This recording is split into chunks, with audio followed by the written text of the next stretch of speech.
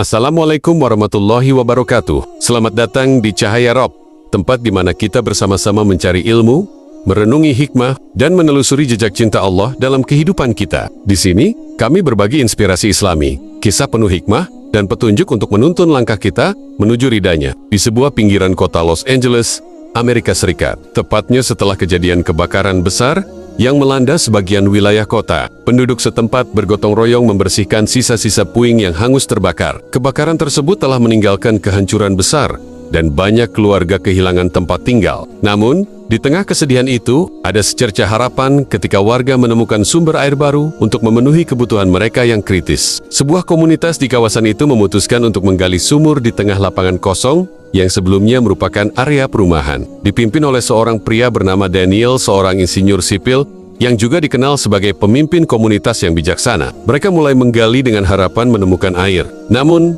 apa yang mereka temukan justru mengubah hidup mereka selamanya. Pada kedalaman sekitar 15 meter, alat berat yang mereka gunakan menghantam sesuatu yang keras. Awalnya, mereka mengira itu adalah batu besar. Namun, setelah memeriksa lebih dekat, mereka menyadari bahwa itu adalah struktur berbentuk kubus yang sangat simetris. Dindingnya terbuat dari batu hitam yang tampak sangat tua, namun tidak terpengaruh oleh kebakaran atau waktu. Daniel dan timnya memutuskan untuk membersihkan area itu lebih lanjut. Ketika permukaan struktur itu terlihat jelas, mereka menemukan tulisan kuno yang terukir di dindingnya. Tulisan itu bukan dalam bahasa Inggris, melainkan dalam aksara yang menyerupai huruf Arab.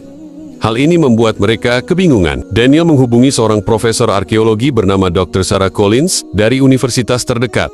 Dr. Sarah, yang juga memiliki latar belakang studi peradaban Timur Tengah, segera datang untuk memeriksa penemuan tersebut. Setelah beberapa hari penelitian intensif, Dr. Sarah mengungkapkan bahwa tulisan itu adalah ayat-ayat dari Al-Quran. Ayat tersebut adalah potongan dari surah Al-Baqarah yang berbicara tentang Ka'bah sebagai rumah pertama yang dibangun untuk manusia dalam beribadah kepada Allah. Penemuan ini segera menarik perhatian media internasional. Para ahli dari seluruh dunia datang untuk mempelajari struktur tersebut. Mereka terkejut menemukan bahwa struktur itu memiliki kesamaan dengan Ka'bah di Makkah, Arab Saudi, tetapi dalam ukuran yang lebih kecil. Warga setempat, terutama Daniel dan Dr. Sarah, mulai bertanya-tanya, bagaimana sebuah replika Ka'bah bisa berada di bawah tanah Los Angeles. Penemuan ini memicu berbagai spekulasi. Ada yang mengatakan bahwa ini mungkin adalah bagian dari sejarah Islam yang hilang, sementara yang lain menganggapnya sebagai mukjizat dari Tuhan. Di tengah kebingungan ini, seorang imam masjid lokal bernama Sheikh Ahmed datang ke lokasi tersebut. Dia menjelaskan bahwa Allah sering menunjukkan tanda-tandanya untuk membimbing manusia kembali kepada jalan yang benar. Sheikh Ahmed mengajak semua orang untuk merenungkan kehidupan mereka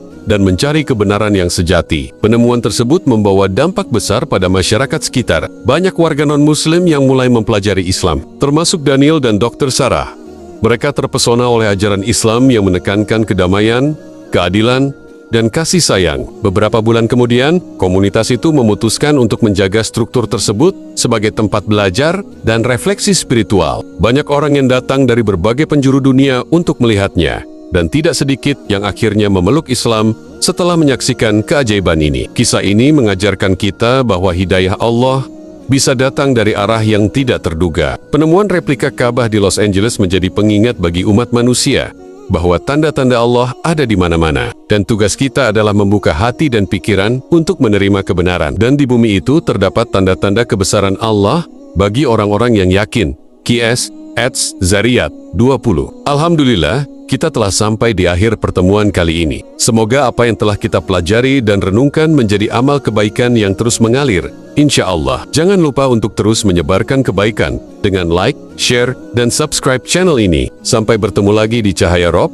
di mana cahaya petunjuk selalu menerangi langkah kita. Wassalamualaikum.